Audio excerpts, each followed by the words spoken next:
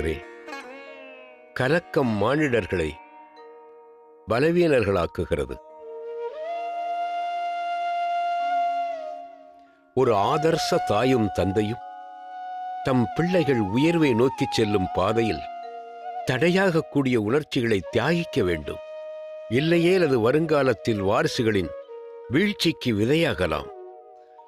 மகாராஜா, உள்ளத்து உணர்ச்சிகள் எதிர்காலத்தில் பள்ளங்களாகக்கூடாது.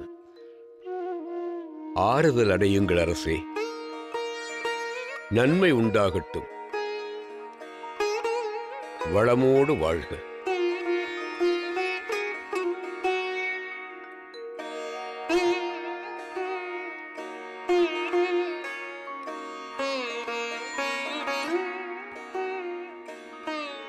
வேண்டாம் மகாராஜா, நம்மால் ராமனின் பிரிவை சகிக்க இயலாது.